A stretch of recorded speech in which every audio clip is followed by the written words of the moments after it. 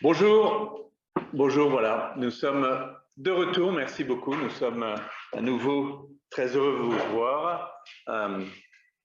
Et aujourd'hui, on nous entend, donc c'est une bonne chose. Donc, vous voyez, aujourd'hui, nous sommes que trois, la raison étant que Arnaud Dubien est parti en France pour des raisons personnelles, mais il n'est pas parti, il n'a pas quitté la Russie, hein, Arnaud reviendra, et il sera en Zoom avec nous à partir de lundi prochain, mais il sera en Zoom de France. En revanche, Pavel est revenu, je vous l'avais promis. Certes, nous avions sa femme et son fils en otage, mais Pavel est bien revenu hier, comme nous vous l'avions dit. Et quant à Igor, il n'a pas le droit de bouger, donc il est toujours avec moi, parce qu'il faut bien que quelqu'un reste ici. Donc voilà. Donc, Igor, on va commencer tout de suite. Igor, tu vas remplacer donc Arnaud, donc c'est toi qui vas faire un long point aujourd'hui, politique, diplomatique et économique. On te laisse commencer par la politique. Voilà. Merci Igor. Merci Président pour cette introduction. Alors, l'actualité politique aujourd'hui a principalement tourné autour d'un grand thème qui est celui des réseaux sociaux et de la polémique qui s'est nouée autour du groupe Meta, c'est-à-dire Facebook, WhatsApp et Instagram, puisque dans la journée, on a appris que le procureur général de Russie a demandé au régulateur Roskomnadzor de procéder au blocage dans les meilleurs délais d'Instagram, puisque l'idée était de contrer la décision qui a été prise par le groupe Meta de ne pas procéder à la censure pour des discours à caractère haineux qui sont sur ces réseaux, notamment donc Facebook mais aussi Instagram, que la partie russe a interprété comme une mesure anti-russe, puisqu'on sait qu'il y a un certain nombre de discours qui incitent manifestement à la haine sur les réseaux sociaux contre les ressortissants russes à travers le monde, et que manifestement Facebook n'a pas souhaité procéder à la censure sélective. Donc le résultat, c'est que manifestement, à assez brève échéance, Instagram risque d'être considérablement ralenti, voire bloqué, un petit peu sur le modèle de ce qu'ont subi déjà Twitter depuis quelques jours. Alors, il y aura une exclusion qui pourrait être faite pour WhatsApp, puisque c'est un service de messagerie, a priori, donc c'est pas la même fonction que de faire des posts, poster des photos, etc. En revanche, pour Instagram, on voit déjà les résultats, puisque un certain nombre de dirigeants de régions, de gouverneurs ont déjà fermé leur profil dans l'après-midi. Par exemple, le maire de Moscou, Sergei Sobyanin, a déjà fermé son profil, son compte Instagram, de même que d'autres personnalités, donc ça va assez vite. Ça va aussi poser un problème, puisque comme chacun le sait, à travers Instagram, il y a beaucoup de Russes qui font du business, hein, qui dirigent en fait et organisent leur business à partir d'Instagram pour vendre des choses, donc ce qu'on appelle en fait l'économie grise en quelque sorte. Et donc ça risque d'avoir aussi un coût sur certaines formes de revenus qui sont évidemment pas déclarés, mais qui sont quand même substantiels pour une partie de la population. Autre point que je voulais vous répercuter, c'est un sondage réalisé par l'Institut Levada, alors qui n'a pas fait une enquête sur le conflit en Ukraine en tant que tel, mais qui en revanche a publié hier un sondage sur les peurs et problèmes de la société russe. Donc, il a sondé les Russes sur ce qui, finalement, est plus source d'anxiété pour eux, sur les fléaux qui le redoutent le plus. Et parmi ces fléaux, il y a tout d'abord les maladies qui entraîneraient les pertes de proches. En deux, c'est la guerre. Et en trois, la perte de son emploi. Et on s'aperçoit que c'est finalement assez stable, puisque la même enquête avait été réalisée en juillet 2019, donc il y a 2 ans et demi, et on avait retrouvé dans des proportions assez similaires ces trois mêmes fléaux en tête. Ce qui peut donc traduire le fait que ce qui se passe en Ukraine depuis 15 jours n'a pas encore été visiblement totalement, pleinement intégré dans les esprits, en tout cas non seulement ce qui se passe, mais sa portée potentielle. Il faudra voir si jamais cet institut, qui est quand même très sérieux, publiera dans les jours à venir une enquête sur, à proprement parler, le conflit en Ukraine.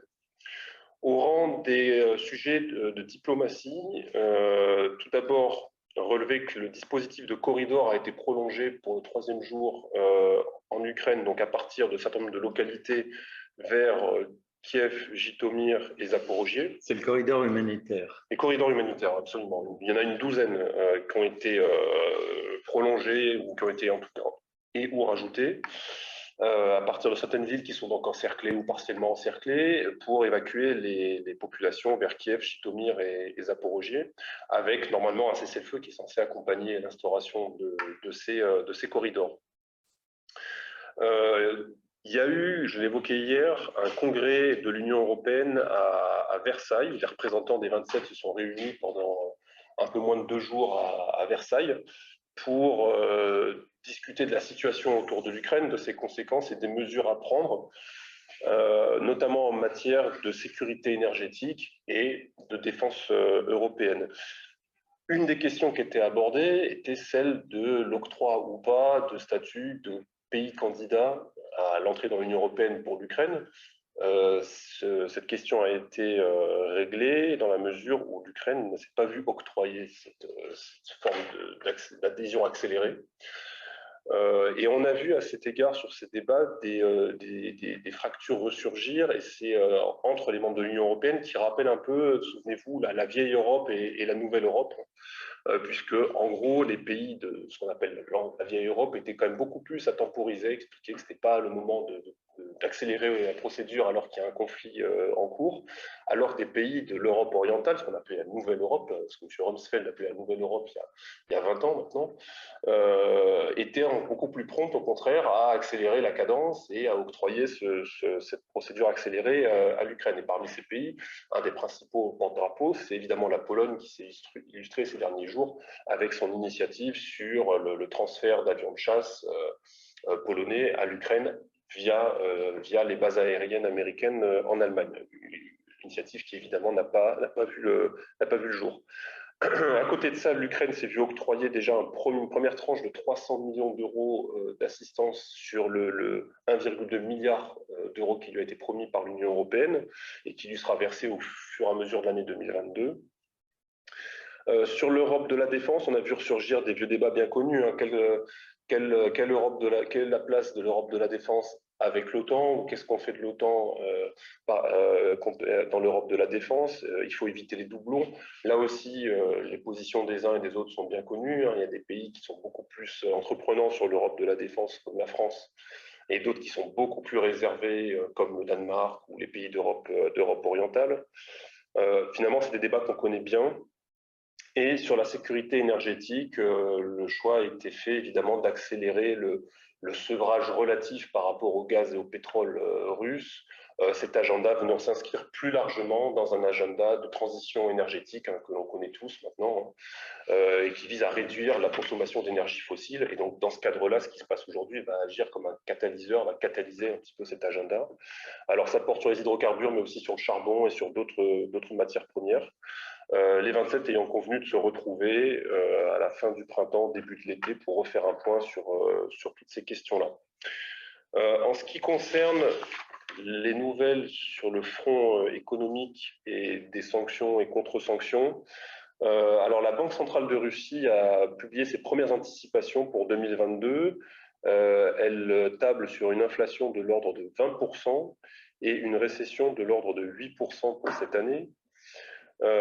Pour l'instant, il n'y avait que la banque JP Morgan, je me souviens, qui avait tablé sur une récession de 15 ou 11%, je ne sais plus très bien du chiffre exact, mais c'était donc visiblement 2 fois moins, un petit peu moins que la Banque centrale. La question étant de savoir que là, la Banque centrale fait ses pronostics dans le cadre des sanctions qu'on connaît aujourd'hui. Il pourrait y en avoir peut-être d'autres dans le futur, mais si jamais un cessez-le-feu est mis au point et qu'il y a un accord politique qui est trouvé, certaines d'entre elles pourraient être levées aussi, ce qui permettrait de recalibrer certaines de ces prévisions. Donc ça soulève la question de la durée, de la durabilité de ces sanctions, évidemment. On l'évoquait hier, le gouvernement russe a élaboré une liste de biens qui sont interdits à l'exportation pour toute l'année 2022, hormis vers les pays de l'Union économique eurasiatique, plus Abkhazie et l'Ossétie du Sud. Alors c'est une liste que vous pouvez consulter sur le portail du gouvernement de la Fédération de Russie. Elle comporte environ 200 entrées, mais en gros les groupes de biens qui sont concernés, ce sont les équipements technologiques, les équipements de télécommunications, le matériel médical, ou la réexportation de matériel médical qui a été préalablement importé en Russie, les moyens de transport, le matériel et équipements agricoles, et les appareils et équipements électriques. Donc, c'est quand même des catégories assez larges. Et dans chacune d'entre elles, on trouve plusieurs types d'équipements très concrets, donc des wagons, des motrices, des projecteurs, des turbines, enfin des choses voilà, assez précises. Il y a également un embargo sur les exportations de céréales qui a été décidé, embargo vers les exportations de céréales vers les pays de l'Union économique eurasiatique. Il est aussi question d'embargo sur le sucre, mais il y a à titre dérogatoire, le sucre peut quand même être exporté vers les pays de l'UEE. Il y a également des mesures qui ont été prises pour le retrait de liquidités en dollars, yens, euros et livres sterling pour les entreprises résidentes et les auto-entrepreneurs résidents, donc qui sont limités pendant 6 mois à l'équivalent de 5 000 $, étant entendu que ces sommes peuvent être retirées uniquement dans le cadre de déplacements professionnels ou pour les déplacements professionnels. Il faut justifier de pourquoi vous retirez cette somme auprès de la banque. Cela dit, la Banque centrale laisse entrevoir la possibilité de faire du cas par cas pour augmenter ce plafond, le cas échéant. Voilà. À part ça, la ville de Moscou est en train d'élaborer un plan de soutien à l'emploi en coordination avec le gouvernement russe et la Banque centrale qui prévoit toute une série de mesures, notamment la subvention des intérêts pour les crédits qui ont été contractés par les entreprises qui souffrent des sanctions, pour maintenir l'emploi, payer les salaires, refinancer leurs dettes ou alimenter leur trésorerie. Il y a des remises de loyers pour 6 mois également pour le paiement des loyers professionnels et un moratoire, un gel sur l'augmentation des loyers pour les terrains et les locaux non résidentiels. Là encore, je parle bien de la ville de Moscou. Je ne parle pas de l'oblast ou a fortiori des autres régions. On parle bien de la ville de Moscou qui prévoit d'octroyer 7 milliards de roubles pour soutenir ces mesures budgétaires, donc prélevées sur le budget de la ville de Moscou. Voilà, je m'arrête là. Président, je te rends la parole. Merci Igor. Une question, tu parlais de sevrage pour le gaz russe, c'est-à-dire c'est l'indépendance de l'Union européenne par rapport au gaz russe. Mais ce sevrage, ils le veulent rapide, mais qu'appelle-t-on rapide? Bon, ils mettent un objectif qui me paraît très ambitieux de réduire de 2/3 déjà les importations d'hydrocarbures de Russie d'ici la fin de l'année, me semble-t-il, ce qui me paraît très ambitieux parce qu'il y a évidemment des tubes, des gazoducs, il y a des circuits qui existent depuis des décennies en fait, pour approvisionner les pays de l'Union européenne en gaz et en pétrole, mais aussi question du charbon et de d'autres sources d'énergie. Alors évidemment, on imagine qu'ils se posent une cible qui est volontairement ambitieuse pour arriver à un objectif qui leur paraisse raisonnable en pratique. Mais je pense qu'ils veulent le rééquilibrer avec des importations plus importantes de pays comme l'Algérie, par exemple, ou du GNL, enfin du gaz naturel liquéfié depuis le Qatar, depuis les États-Unis. Donc l'idée étant, à mon avis, plutôt que d'un sevrage en tant que tel qui est en réalité impossible, mais d'augmenter le mix énergétique ou en tout cas d'augmenter, de diversifier les sources d'approvisionnement afin d'être moins dépendant de la Russie. Ça laissera aussi le temps à la Russie de diversifier ses exportations? Probablement avec le gaz naturel liquéfié. En revanche, pour ce qui est des tubes, par définition, c'est assez long à construire, surtout si on a des distances colossales à couvrir, comme une partie du territoire oriental pour aller vers des clients très très gourmands comme la Chine, par exemple. Là, s'il y a de nouveaux contrats qui sont signés, évidemment, ça va prendre quelques années pour pouvoir construire un tube et ensuite envoyer du gaz ou du pétrole à travers ce tube. Il y a des clients qui, pour l'instant, ont préféré prendre leur distance vis-à-vis de leurs approvisionnements énergétiques à l'égard de la Russie, comme le Japon, par exemple, qui est très, très consommateur aussi de pétrole, notamment, et qui vont chercher à se réapprovisionner sur d'autres marchés, comme l'Arabie Saoudite, le Golfe, par exemple. Mais si jamais la situation s'apaise dans les semaines ou les mois à venir, je pense que ce sont des pays qui se refourniront auprès de la Russie, a priori. Une dernière question sur le gaz. Il y a les pipes qui vont vers la Chine, justement. Il y en a déjà un, c'est Force de Sibérie 1, je crois, c'est ça? Oui, Force de Sibérie, absolument. Et ils veulent en construire un second? Alors, soit on dédouble le tuyau, soit on peut en construire un autre, mais il faut voir à partir de quel champ et selon quel tarif. Et souvent, là, c'est des contrats de long terme que les Chinois cherchent à négocier, comme ils l'ont fait pour Force de Sibérie. Et donc, la question, c'est à quel prix? Et là, on peut bien imaginer que la position de négociation des Chinois est assez forte. D'accord. Alors, une première question politique, avant de passer aux économiques. On a eu hier donc, la réunion des ministres des Affaires étrangères à Antalya, en Turquie. Y a-t-il une réunion de délégations russes et ukrainiennes prévue en Biélorussie ou ailleurs d'ailleurs plus tard? Alors c'est une bonne question, j'ai rien vu passer pour l'instant à ce sujet-là. Je pense que les Ukrainiens, comme les Russes d'ailleurs, digèrent déjà les négociations d'hier à Antalya qui n'ont pas été faciles. Visiblement, les Ukrainiens ont fait fuiter dans la presse le document que les Russes leur ont remis, enfin que Sergei Lavrov a remis hier à Dmitry Kuleba, donc son homologue à Antalya, sur les conditions demandées par la Russie pour une cessation immédiate des hostilités. Bon, on en connaissait certaines, mais il y a eu des choses supplémentaires qui ont été rajoutées, notamment concernant la reconnaissance de la langue russe comme deuxième langue officielle, deuxième langue d'État en Ukraine.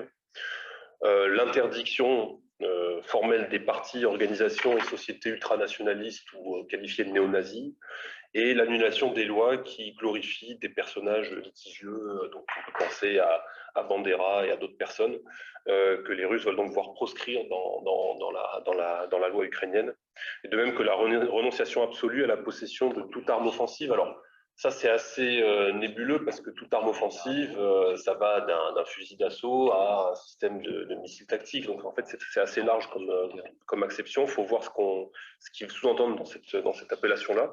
Pour ce qui est des pourparlers entre les délégations russes et ukrainiennes en Biélorussie, pour l'instant, je n'ai pas plus d'informations sur un prochain nouveau tour. Mais je pense que ça ne devrait pas tarder. Et nous vous tiendrons au courant, bien évidemment. Alors, des questions plus pratiques. Alors, est-il autorisé de passer la frontière de l'Estonie vers la Russie avec des billets en euros en poche? Et peut-on échanger des billets en euros vers des roubles dans les bureaux de change en Russie? Alors, venir avec des euros, je pense qu'il n'y a pas de problème, mais vous ne pouvez pas venir avec plus de 10 000 $, un équivalent de 10 000 $. Donc, ça doit faire 8 ou 9 000 euros. Et peut-on les changer, j'imagine?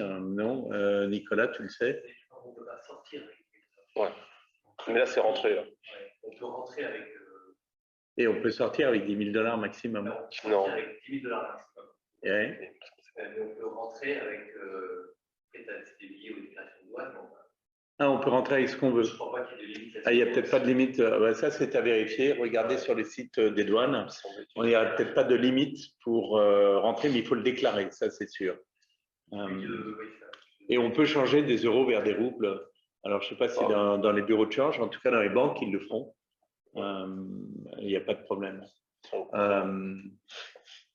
Alors, une question médicaments. La Russie commence à manquer de médicaments, en particulier du déficit d'insuline. Y a-t-il un moyen de les faire parvenir à des particuliers en Russie? Quels conseils pourriez-vous peut-être nous donner? Alors Sanofi, qui est l'un des leaders sur le marché, a depuis longtemps localisé une production d'insuline dans une usine située dans la ville d'Aleov. Et vous avez aujourd'hui disponible en pharmacie en Russie aussi bien de l'insuline lente que de l'insuline rapide pour les diabétiques ayant besoin d'injections quotidiennes.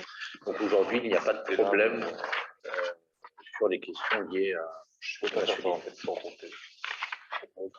Alors, est-ce que l'interdiction d'export des véhicules équivaut à interdire de quitter la Russie par voiture? Alors d'abord, les véhicules, il faudra avoir la définition de ce qu'est un véhicule. En fait, dans le projet, dans la liste qui a été préparée, il parle de moyens de transport. Donc évidemment, c'est très large, ça va être des wagons, des motrices, des containers. Techniquement, un container, c'est aussi un moyen de transporter des choses. Donc c'est une assiette qui est assez large. Dans le cas présent, savoir franchir la frontière avec une voiture, est-ce qu'on va vous dire que vous exportez un véhicule? Moi, ça m'étonnerait à mon avis. Maintenant, c'est plutôt sur un poids lourd, si on retrouve une dizaine de véhicules, évidemment là, c'est l'exportation de voitures. Il faut regarder sur le site du gouvernement russe dans le détail si on considère que les voitures tombent sous le coup de ce projet de loi. Ça serait étonnant si c'est votre voiture. Ouais, non, je ne crois pas. Si évidemment elle est sur un camion, c'est-à-dire qu'elle est vendue, et ça, c'est autre chose. Savez-vous quelle banque en Russie propose le service UnionPay? Alors, c'est ce que nous avons dit hier, théoriquement Sberbank. Et nous savons que la Rosebank est en train de négocier avec eux pour la création d'une carte MIR, donc la carte de crédit russe, qui marchera avec UnionPay. UnionPay, on vous le rappelle, c'est le service chinois, hein, de crédit chinois, qui marcherait en France aussi, enfin qui marche à l'étranger, dont la France. La ville, une information, la ville a aussi prévu un budget de 500 millions de roubles pour soutenir des entreprises qui reprendraient des restaurants. Alors en fait, ça c'est un budget qui porte, ça en lien avec l'annonce faite par McDonald's notamment de suspendre l'activité de ces restaurants, qui sont comme chacun sait nombreux à Moscou. D'ailleurs, Burger King visiblement va aussi ralentir ses activités. Je crois qu'eux ne veulent pas fermer, mais ils veulent geler les investissements.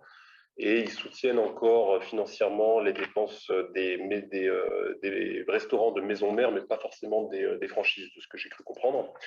Et alors, donc la mairie de Moscou a une initiative qui consiste effectivement à budgéter un demi-milliard pour, au cas où ces restaurants finalement péricliteraient, à savoir si jamais ils étaient définitivement fermés, qu'ils soient repris par des enseignes russes de restauration rapide, et donc pour faciliter l'accès aux murs et à l'octroi de bail pour ces restaurants rapides russes, donc on les connaît, hein, Teremok, Koshka Kartoshka, etc.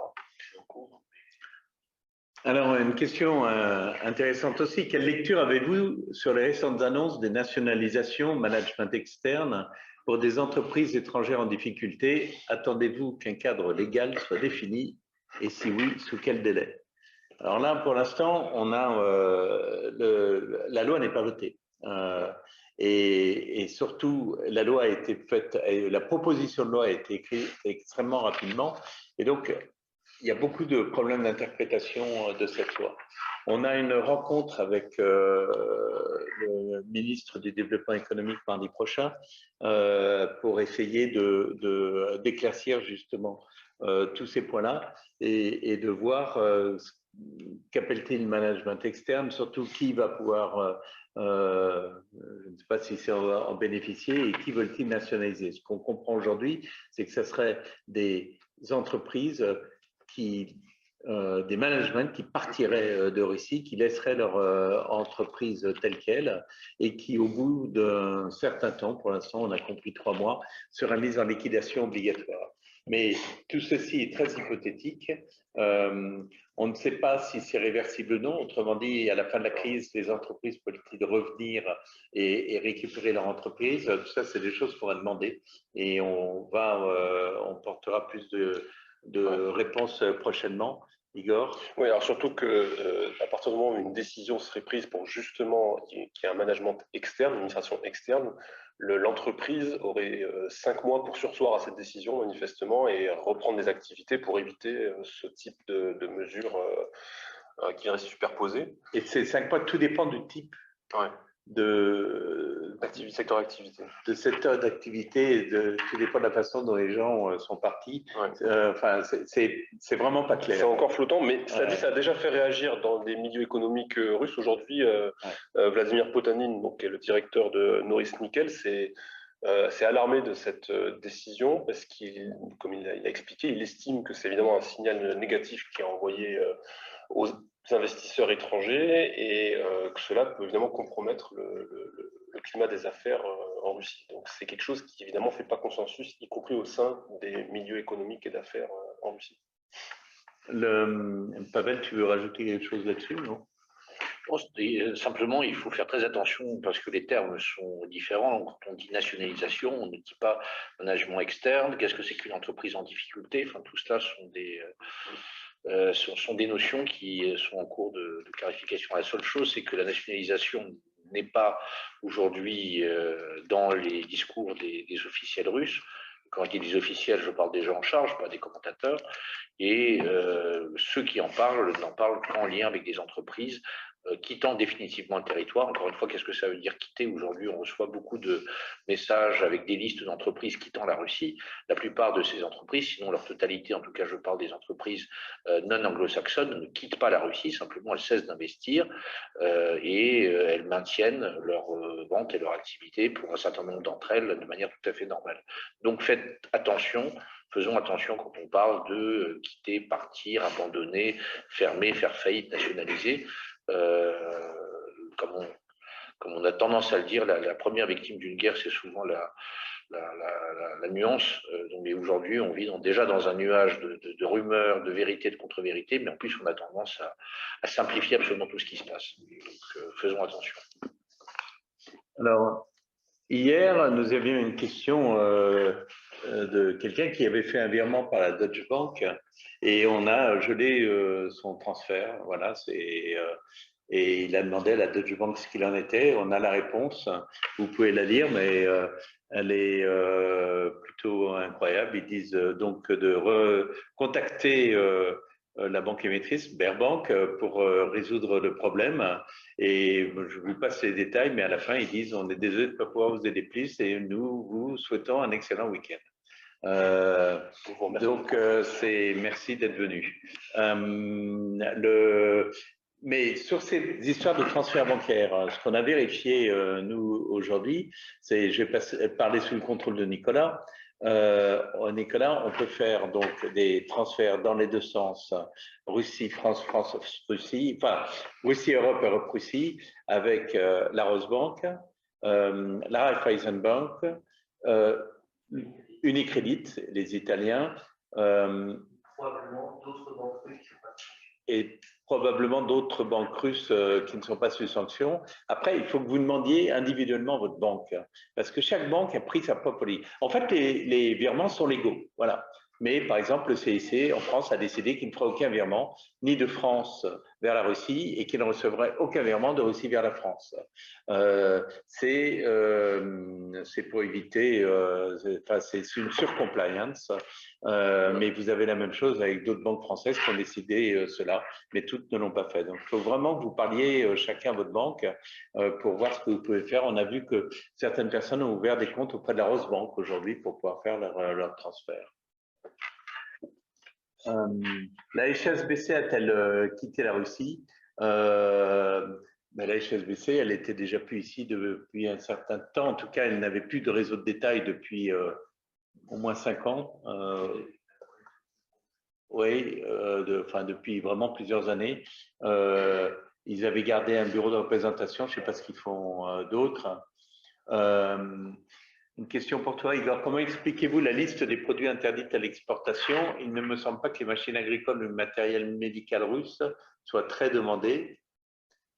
Non, mais parce que, bon, déjà, de matériel agricole, ils n'en produisent pas énormément. C'est en Biélorussie qu'on produit beaucoup de tracteurs et notamment de matériels agricoles. Mais c'est pour éviter que le matériel qu'ils ont importé du Japon, d'Allemagne, je ne sais pas où, soit éventuellement réexporté par des entreprises russes ou autre chose pour faire du profit.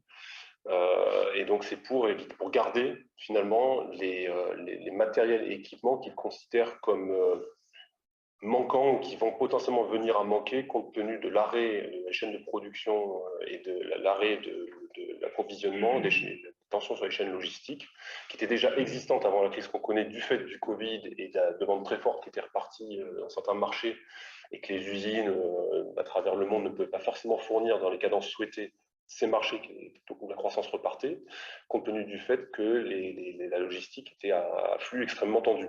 Donc là-dessus vient maintenant se greffer la crise que l'on connaît, et effectivement, je pense que c'est un moyen pour la Russie, enfin, c'est comme ça qu'il l'envisage, de conserver ce matériel et éviter qu'il ne parte, entendu qu'il y a un doute sur l'approvisionnement à court terme, voire à moyen terme, de pouvoir se réapprovisionner.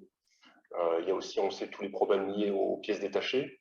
On parlait des avions l'autre jour, mais bon, là, en l'occurrence, ça va concerner potentiellement d'autres plateformes ou d'autres matériels. Donc, je pense que c'est un moyen de se préserver par rapport à un choc qu'on pourrait percevoir en termes de réapprovisionnement lié à ces plateformes et à ces matériels de transport, matériel agricole et autres. On nous confirme qu'on peut sortir avec sa voiture, hein.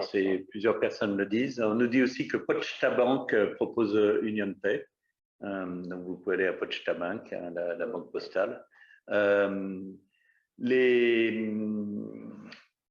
En fait, c'est même plus large que les voitures, hein. C'est tous les biens à usage personnel qui sont exclus du champ de la loi. Voilà, nous précisons.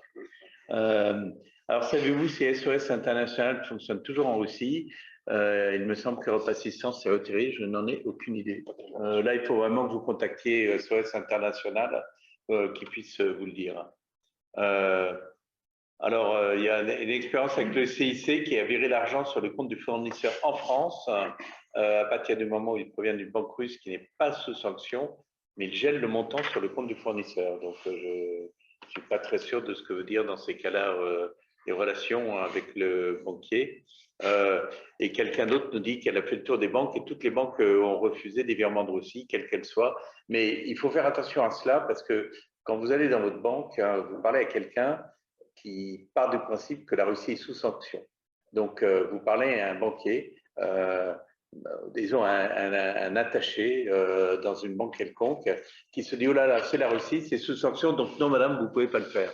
Mais ce n'est pas vrai. Donc, tout dépend de la personne à qui vous parlez. N'oublions pas que ce n'est pas la Russie qui est sous sanction, ce sont certaines personnes, certaines sociétés, certaines banques. Donc, je ne suis pas surpris que dans une banque qui autorisera à faire des transferts, vous trouviez quelqu'un qui vous dise oh non, parce qu'elle ne le sait pas, tout simplement. Quel genre de documents faut fournir à sa banque Alors, on me demande quel genre de documents fournir à sa banque pour la banque française, bien évidemment. Là, en fait, il faut vraiment remonter l'information. Non pas si la banque localement vous dit que c'est pas possible, il faut remonter l'information plus haut. Alors, on sait que le CIC, ils ont interdit tout transfert. Donc, voilà. La Société Générale, logiquement, ça marche. Donc, il faut demander à la banque régionale, enfin, qui remonte au régional, voire au niveau national. J'ai reçu hier un transfert Crédit Agricole sur Sberbank. Donc, voilà, notre vice-président Gilles Chenesso nous dit qu'il a reçu un transfert Crédit Agricole vers Sberbank. Voilà, donc ça a mis 3 jours, mais l'argent est arrivé et tu ne peux pas le récupérer. Si, bon, d'accord, donc c'est bien. Il est en route sur ton compte, c'est formidable.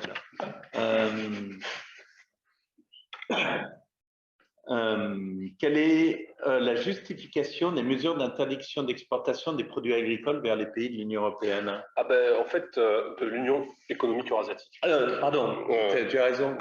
Non, mais en fait, on a entendu, on a vu ou lu ces derniers temps que dans certaines enseignes de grande distribution, il y avait des restrictions sur la quantité que les gens pouvaient acheter de farine, de sucre, ce qu'on appelle les produits de première nécessité.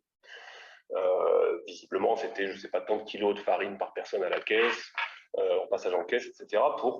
Je pense que les autorités voulaient éviter un effet de panique et un peu d'hystérie qu'on a pu connaître à l'époque du Covid, quand on a vu le premier lockdown arriver, où les gens se sont rués dans les étalages pour acheter des pâtes, du sucre, des rouleaux de papier toilette, enfin, on a vu des choses assez hallucinantes.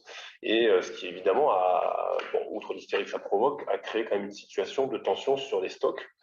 La question des stocks, comme je l'ai dit avant, c'est déjà aggravé pour certains produits depuis. Donc je pense que là, il y a eu cette volonté d'éviter déjà ça, compte tenu des mesures, l'empilement des sanctions et des restrictions et des contre-sanctions qui commencent à apparaître, d'une part, et d'autre part, il y avait déjà, de manière structurelle, des tensions sur le marché domestique russe. Il y a eu une mauvaise récolte l'année dernière. 2021 était une mauvaise année pour les récoltes de céréales. Alors qu'on sait que la Russie est devenue une puissance exportatrice céréalière, elle est dans le numéro 1, numéro 2, numéro 3, suivant la céréale que vous concernez, que vous regardez, notamment vers la zone Afrique du Nord, Moyen-Orient. Il y a des pays comme l'Égypte qui importent pratiquement 70% de leurs céréales depuis la Russie, par exemple. Et donc, je pense que ces tensions-là sont traduites, notamment en 2021, par des taxes supplémentaires à l'exportation pour, en gros, privilégier le marché domestique russe. Maintenant qu'on rajoute la crise actuelle, évidemment, on est dans le cadre de restrictions à l'exportation dans l'Union économique eurasiatique et pas au-delà, ce qui veut dire que la Russie compte encore exporter visiblement vers l'Égypte, l'Algérie, qui sont des pays qui importent massivement et qui payent beaucoup, et donc ça fait des rentrées d'argent. Mais pourquoi précisément l'Union économique eurasiatique? Peut-être qu'ils ont établi que dans ces pays-là, ils avaient localement les moyens déjà de subvenir à leurs propres besoins et que le fait de ne pas exporter vers eux ne remettrait pas en question la stabilité dans ces pays-là outre mesure, mais permettrait dans le même moment de faire des stocks pour la Russie. Et étant entendu, comme je vous l'ai dit, que 2021 est une mauvaise année. Merci Igor. Je vais vous donner une dernière information, après on va passer la parole en fait, on a un invité surprise. On va vous passer la parole à un invité surprise. Mais juste une dernière information, on nous dit que pour les banques françaises, il faut donner le contrat avec le contact que vous pouvez avoir avec votre client, sa traduction et le montant et l'extrait CABIS russe. Voilà. On nous dit aussi que la Russie a été mise par Standard & Poor's et des autres agences de rating sous C, qui est presque défaut. Quelles sont les conséquences? Tu as une idée de ce que ça peut avoir? Les Russes ont dit qu'ils étaient prêts à rembourser, mais qu'ils rembourseront en roubles et pas en autre devise. Et pour l'instant, c'est à peu près la seule façon dont ils sont prononcés. Mais comme on l'a dit dans les briefings précédents, la Russie est un pays qui est très peu, la dette publique russe est très faible. La dette publique russe est très faible et par conséquent, il n'y a pas de danger, j'allais dire, structurel. C'est pas l'Argentine des années qu'on a connue, c'est pas ça. Attention, on va être attaqué par l'Argentine. Non, mais moi j'aime bien l'Argentine, mais je veux dire, on connaît tous l'image de l'Argentine en tête qui a fait défaut, pas qu'une fois d'ailleurs, sur sa dette. Voilà, donc merci beaucoup Igor. On a un invité surprise, en fait, il s'appelle Paul-Henri Gitter. Il est en Russie depuis 20 ans. Depuis 20 ans, voilà, ça fait 20 ans que.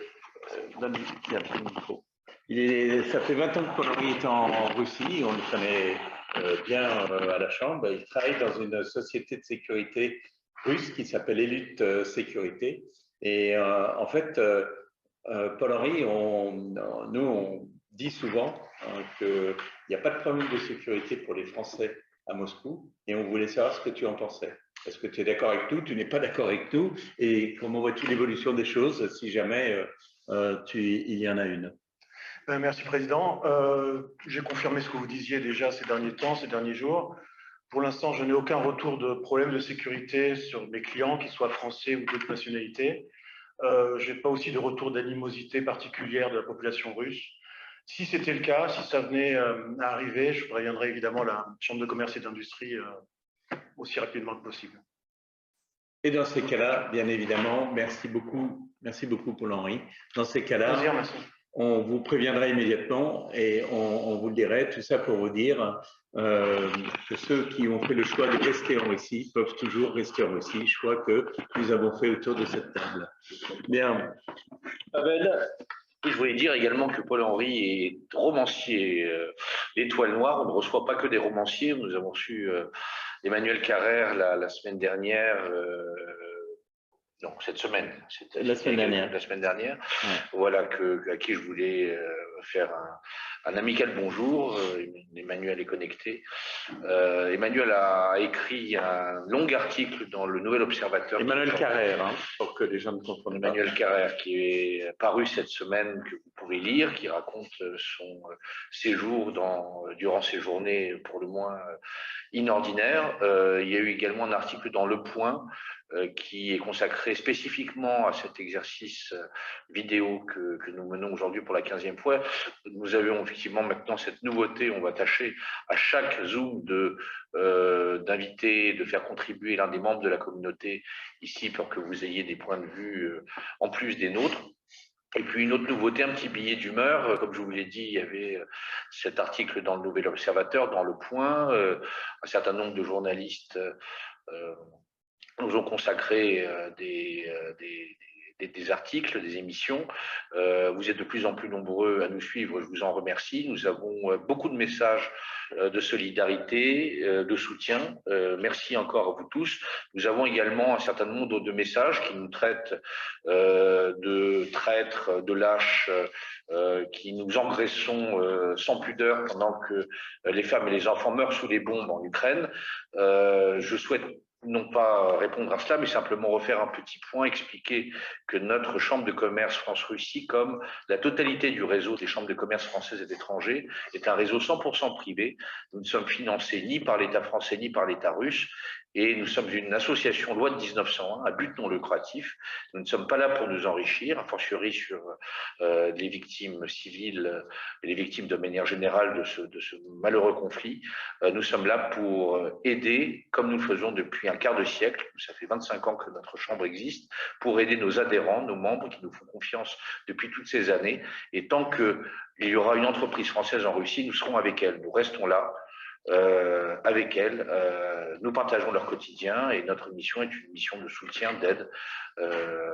Et c'est pour cela que nous avons été créés, c'est pour cela que nous continuerons à faire ce que nous faisons. Merci encore de nous soutenir comme vous le faites. Il y a un petit papier à lire aussi, tu vois. Enfin, petit papier. Le petit papier final, la hotline, vous la connaissez, pour ceux qui ne la connaissent pas, ça s'appelle hotline@scifr.ru. Posez-nous toutes les questions que vous souhaitez, nous y répondrons, notamment durant cette visio quotidienne. Quotidienne, attention, samedi, dimanche sont fériés en Russie comme dans beaucoup de pays, donc nous nous retrouverons lundi de la semaine prochaine, comme d'habitude, à 17h30 heure de Moscou, GMT +3. Vous pouvez également nous suivre sur notre fil Telegram, CCI France Russie. Une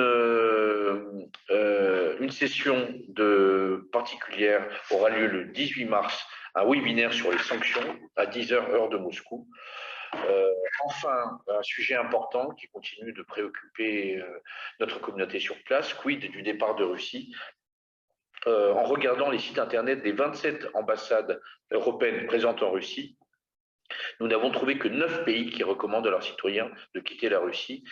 Ces recommandations sont plus ou moins fortes et ne concernent pas toujours l'ensemble des ressortissants.